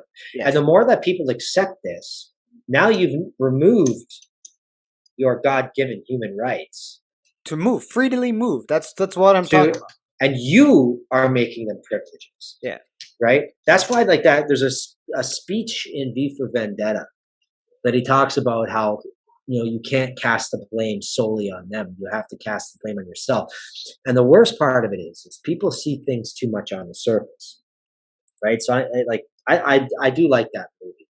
Yeah. And you watch it and it's like these right-wing lunatics because they have the cross and it's all like religious and stuff. And that's how they always portray it, so that it gets the easily mentally persuaded plebes to look for direct they look for direct examples. So it's like, oh, it's always the religious people who are doing it. They fail to see parallels, right? Like right now, I was listening to Peterson the other day, and he was talking about like the whole fat acceptance movement and that, and how you remove religion from society and religion forms in other ways. Yeah. And that's where wokeism comes. Like he is so he's a brilliant guy. Like so brilliant. The clips he posts on Instagram, I encourage everyone to listen to at least one. Yeah. And of course, you got to shut him down, right? The group of other plebes, they got to shut him down because regardless of how you feel about the guy, if anyone's listening, how they feel about the guy, just listen to him and just be open about it. Just listen to his message and be open about it. Make your judgment after. Just be open while you're listening to it. And I think the problem is they can't get past the ad hominem attack of not liking him, finding a mistake in him. So you can't do it. That's called ad hominem, and that is not a valid argument. Yeah. Right. So but yeah, like, so he was talking about that, and you form religion. So people see a movie like V for Vendetta, and they always equate it to the crazy religious people. They can't see the religion of woke that they're actually doing. Like communism itself is against, like the actual written document of the Communist Manifesto is completely against religion, thus making communism itself a religion. Yeah. Because that's how they start to look at it. But they can't see it because they're above it. It's like one of the things when, like, I'm not an atheist, right? Yeah. But you run into some of these atheists, and they talk to you like you're stupid if you believe that. No. Yeah, I know exactly what you're saying. I have run into they fail to realize that atheism in itself is a religion. Yes, it's exactly the same thing as what they're trying to say. I am doing, like you're part of a religion too. Yeah, 100%. Same with vegans. Same with CrossFitters. Same with BJJ idiots like us. Yep, exactly. Part of this little religious cult that loves to hug each other on the mats and roll around. We love to snuggle in our pajamas. Snuggle in our pajamas. Anyway, I prefer the pajamas. No pajamas. So anyway, where the fuck were we? We're so stupid. We're talking about like the parallel. So what I was getting at, we're talking about with V for Vendetta, with how the movie portrays the religious side as the extreme right, and people fail to understand that there is no extreme right and extreme left when it involves totalitarianism. It's totalitarianism and individualism. That's it. Yeah. There's no other spectrum. To look at it the other way, communism, I said it the last time we spoke, communism always turns into fascism. 100% of the time. Yeah. Right? Just because it's not exactly Mussolini's fascism or Hitler's fascism does not make it any less fascist. It's the history doesn't repeat itself thing. Right? History does not repeat itself. History rhymes. Yes. Right? It rhymes. It's not going to be exactly the same. Right? Like people who say like, oh, look, like if you read books like 1984, they discuss and how the totalitarians adjust language. They change language. That's exactly what's happening in Canada. In this whole jab process, they changed the definition of what an anti-vaxxer is. Yep, exactly. They're basically saying if you don't agree to take every single vaccine, you're an anti-vaxxer. Yeah. That's the only way to explain how Merriam-Webster changed that definition, right? Because if I take every other vaccine except this one, I'm an anti-vaxxer. Yeah. All How is that even possible? That doesn't make sense in itself. the So in order, logical so that is ridiculous. Like the yeah, and it logic. comes down to Star Wars. Yeah. Like it comes down to Star Wars, right? Here we go, right? Down the rabbit hole. Only a Sith deals in absolutes. Yeah. Right? Like it's either you take them all Or you're an anti-vaxxer. You Yeah, can't take like 99 of 100. So it's all or nothing, right? So it's like, come on, man. Like this world is getting harder and harder. Well, to the live. other term that they label everyone is anti-lockdown. Like, who in the fuck is in favor of a lockdown? Like, even if you're on the side of taking the Oh, you don't anti-masker. if you're if like I'm gonna put my mindset into this is me putting the cap on here. I'm putting the cap on. I'm putting myself into this mindset. If I believe in this vaccine so much, if I believe in the mask so much, why would I be against us getting back to normal or normal activities? That is sort of why we are doing these measures, right? But all of a sudden, somebody who says, I'm against the lockdown, and I'm not, the lockdown and the measures are two different things. The health measures are one thing, and the lockdowns are another thing. I'm against lockdown. I don't believe that we should be locked down. The economy should be locked down.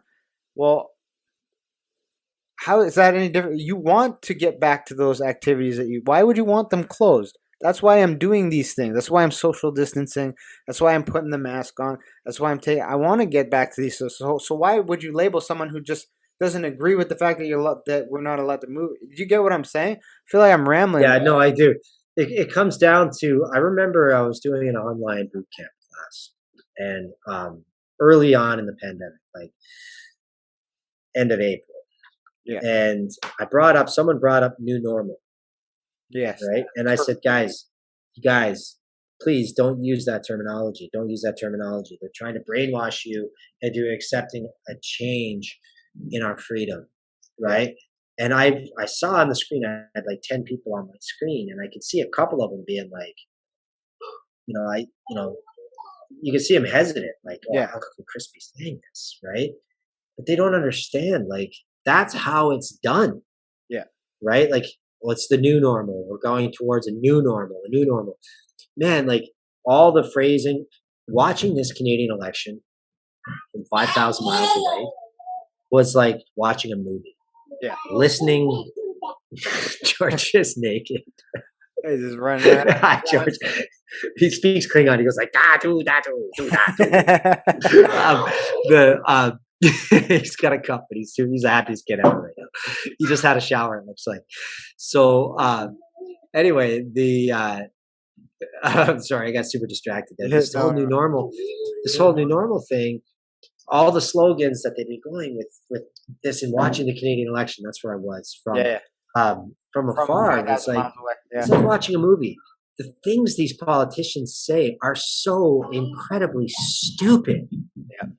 Like, we're in this together we do this. Like, it's so predictable and stupid that seeing people follow it and post it and believe it, and it's like, comes down to Agent K again, right? Exactly. Like, the person is smart, but people are dumb, dangerous, panicky animals. Like, I'm sure you watching Trudeau, like what I can't listen to that man. Every time he opens his mouth, I want to punch it. Yes. I'm sorry. That being said, yes, I agree with you. But watching him at his rallies bugged me, not because of him. I don't care about. What, you mean the people chasing him out of the towns? Or the gravel throwers, the weapons that they use, the weapons of destruction they used to hit him with. I'm totally against people throwing gravel at Trudeau. I mean, bricks maybe, but yeah. No. Where's Antifa when you need them? Right? Yeah. Yeah. Watching him speak, he wasn't speaking as a rational, thinking human being. He was very angry in his tone. He was very angry and directed and very, in my opinion, dangerous. The way he was speaking reminded me a lot of some of the history videos I've watched of very bad men. The way he was referring to people, the way he was just talking about his agendas and everything. It seemed like a very violent person. And when I say violent, I don't mean But it's his compassion. He's so yeah, I like, don't yeah, mean I don't mean it's physical violence. I mean a type of violence that will destroy people to a whole new level. Like when you get in their yeah. head to that level, that is a violence you can't get out. And at the same time, it's like people think it's funny when people try to equate, if you're anti-jab, right? I hate to use that thing. So say if you choose not anti-jab, you just Choose choose not. not to take it, that you're this specific health scare in society. And when people equate it to, Juden in Nazi Germany, people get offended. Yeah. It's like, oh, it's not even close. It's like, you got to stop. You say never again, but like they didn't go from practicing the religion to gas chamber. Yeah. Immediately. Right. And people say this like it's one step at a time. Winston Churchill said, the price of peace is eternal vigilance.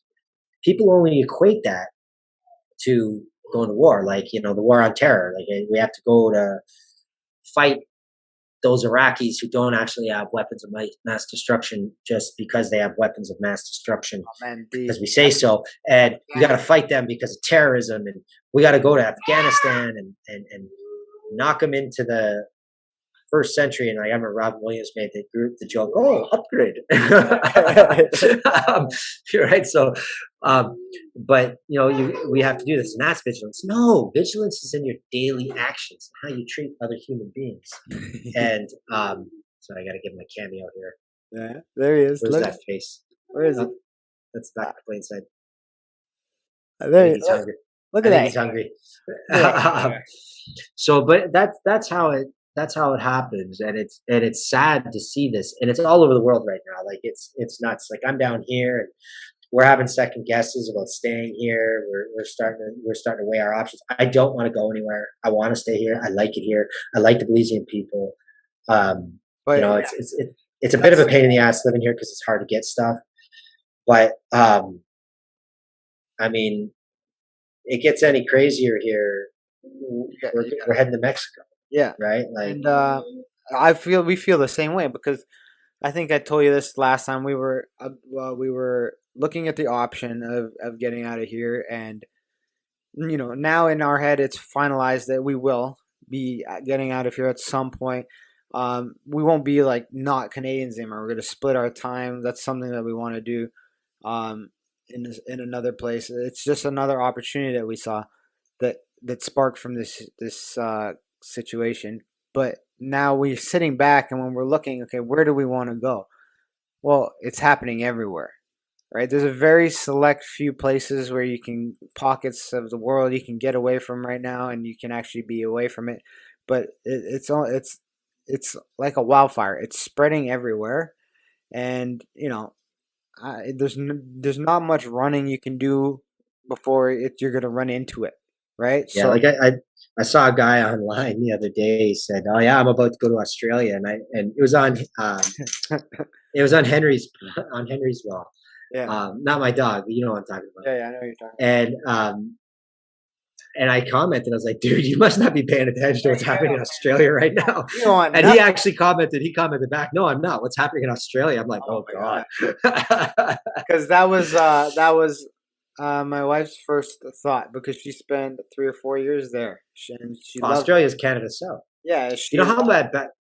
Sorry, go ahead. Like Blaine and I badly would like to just jump on a plane, fly to Canada, visit some family, spend about a month there, and then fly back. Right, Yeah. but we don't have that option. No, you don't. You come in my opinion, if you come back here, you risk the possibility of not being able to get back out ever again. Right? Yeah. I think that this is just my personal opinion. Other people can have their opinion about it, but I think the next time me and my family all get on a plane, we're not going to be coming back. I just like if I'm going on a plane, it's probably because I'm maybe gonna go compete or something. But the next time all four of us start on a plane together, or for the first time actually, because we haven't been able to travel since Benson was born, because he was born in 2019, right before it started.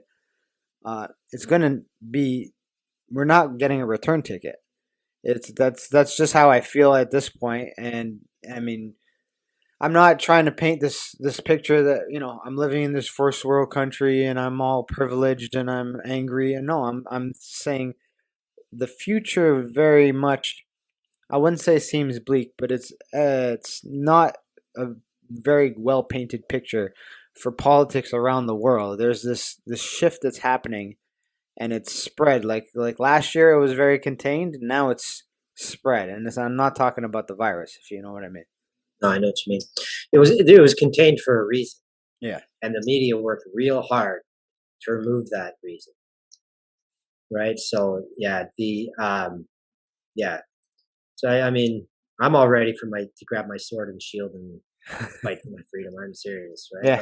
yeah. Like, I think a lot of people are getting there too.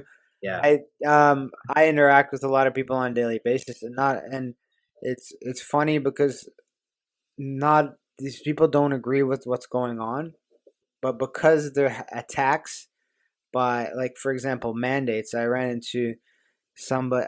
It breaks my heart when I have to hear this. There's so many guys I know where their work is mandating it. So now you're putting people in this position. And then people turn around and say, "Oh, we're not forcing anybody." Yeah, exactly. You're putting people in a position where, Well, what is coercion, right? yeah, and you're putting it breaks my heart because I mean, fortunately, I don't have to go through this as a business owner. I don't have to face this kind of a situation. But I have friends now who, they work in the hospital or they work at just a lawyer. I have a friend who's a lawyer and he works at a lawyer's office. Like that has nothing to do with anything. That's the lowest risk possible. You're a fucking lawyer. But now you're giving this person an option between providing for their family and doing something they don't want to do. And what makes you think that by this person complying, they're not going to come back to that office and fucking resent the shit out of you for the next. You're not going to get a happy, healthy workplace environment. You're not creating more toxic workplace environments. Now you're taking, say, let's say, based on the percentages that they're throwing out there, uh, you know, so the certain population is gotten the jab. Well, you're going to take 20% of each workplace and fire them because they didn't get it.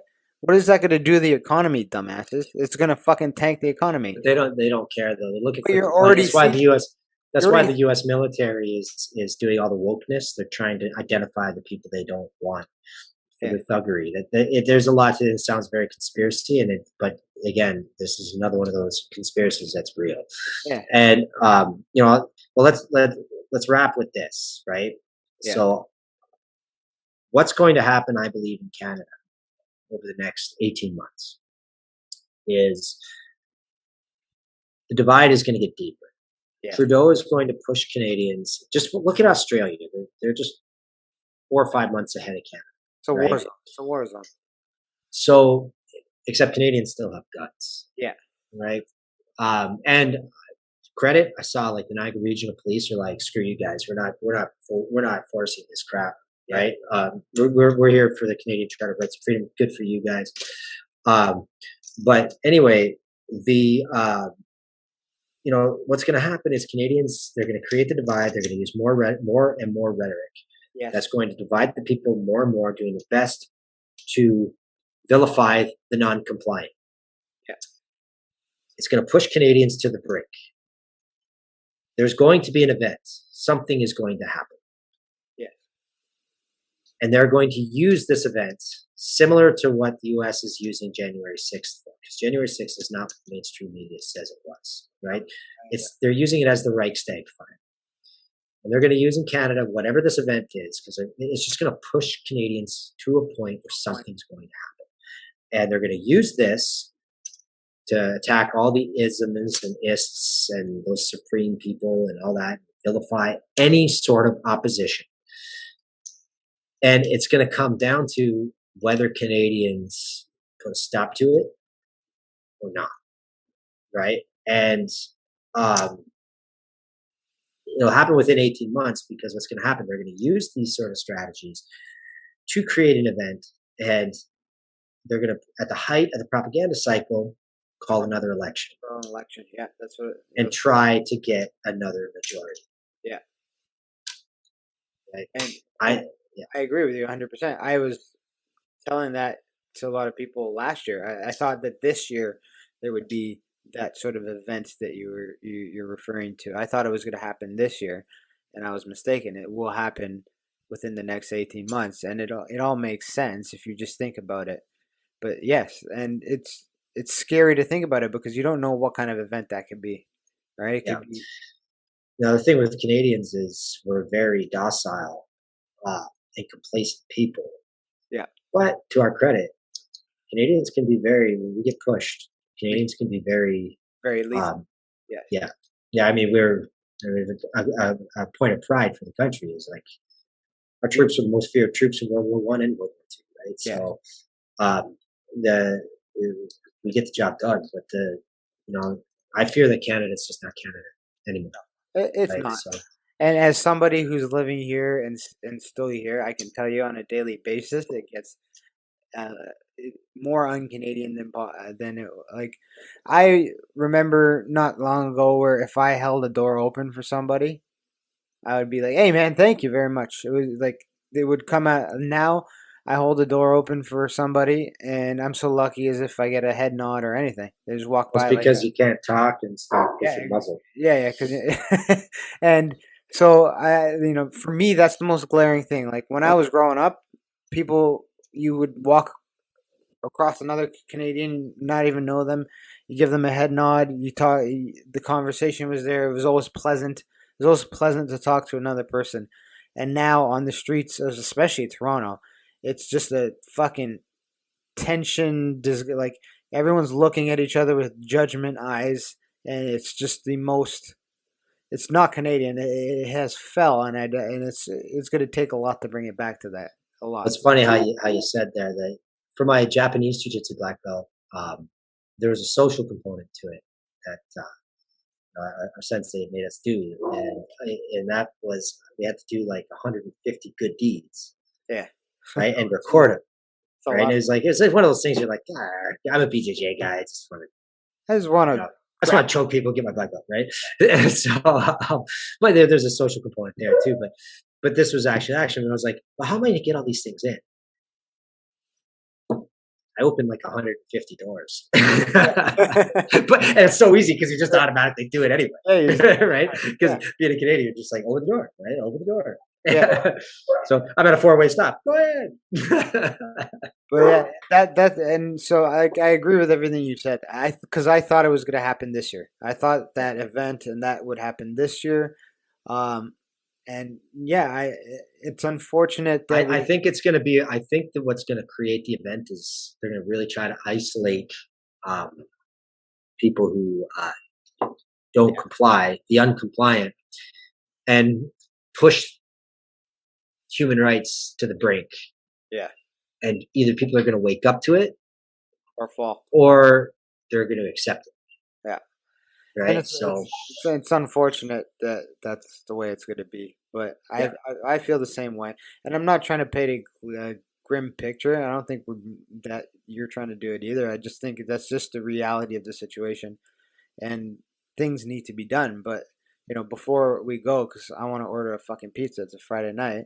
Uh, uh, what do you I think? got to eat some pasta before my 6 hour ride in the morning. What do you think can be done? Like if we're sitting here thinking, okay, like we're gonna wrap this shit up of all what we talked about, what can be done? Like what steps need to be taken for me and you to revisit this conversation in 6 months and be like, hey, we're headed in a direction where we're going back to what I consider normal, right? Complete non-compliance. One It's word. the only way. Because what they're doing is, gyms, churches, pubs, all get shut down. Yeah. Revolutions start in social settings. By shutting all that down, like it sounds more conspiracy, but it's the truth. By shutting all that down, by stopping families from being able to see each other, turning families on one another. Do you know who Yuri Bezmenov is? No, I don't. You need to look up Yuri Bezmenov. Talk to Ivan. Talk to Ivan about it. Okay, I will. He'll send it to you. Right? a lot of it'll make sense, right? And you should link it to this too, Yuri Bezmenov, because Okay, I'll take a look at it. Yeah. yeah, it's about subverting democracy, Okay. right? So yeah, all right. So yeah, let's call it a wrap because I gotta eat, Yeah. fuel up for my morning. And great chat, Ashton. We can go It was a great chat. forever. But yeah, thank you for doing it. Also, just tell people, because a lot of people loved you from The Last of Us. Tell people where they can reach you and about your life coaching stuff, so they can reach out to you if they want any of that. Yeah, I don't like to take on a lot of clients because I take it real seriously when I do it. And if you're looking to make a change, it's a Ripple Effect Life Coaching. You can just Facebook it or just direct message me on Facebook. I'm in Belize. Um, you can just message me direct, and that's the best way. Just Facebook Messenger me. I always get back to you if I read your message and because you see my icon pop up, but I don't reply to you immediately, or if there's a message me again because I usually don't miss messages. If you send me a message and it looks like I didn't check it, I saw it, but I don't open it until I'm ready to reply to it because that way it doesn't get pushed down my messenger box because I do get quite a few messages. All That's right, fine. cool. Right, because I like that annoying prompt on my cell phone to remind me. Yeah, I do that too. I leave them on there. I leave all the icons because Otherwise, you forget, man. yeah, I'll forget. I'll swipe it off and be like, oh, whatever. And Anyway, I'm in Belize, so the only way I keep the managed knowing what day it is my clients. If it wasn't for my clients, I wouldn't know what yeah, day you wouldn't even remember. Time stands still in the tropics, right? Right? Oh, totally. I can't believe it's September because the leaves are still green. Oh, don't remind me. Toronto was a shit pile today. Like in that classic Canadian turnover weather, it was just gloomy. In one day, yeah, it's like 5 degrees. Like literally last week on Sunday, it was like 30 degrees, and now it's 12 degrees, rainy, wet, ugly, no sun. Dark. Yes. Yeah. Depressing Yeah. as fuck. Yeah. Let's leave it. Let's leave it on that note. So thank you everybody for listening. Tune in next time. I'm gonna bring you another great show. Peace out. All right. Thanks for having me, Ashton. Buddy, thank you for watching. Please do me a favor. Click the like below. Share on YouTube. Share on Instagram. Share on Facebook. Spread the word so I can keep creating more content for you and keep providing you with a great podcast experience. Peace out.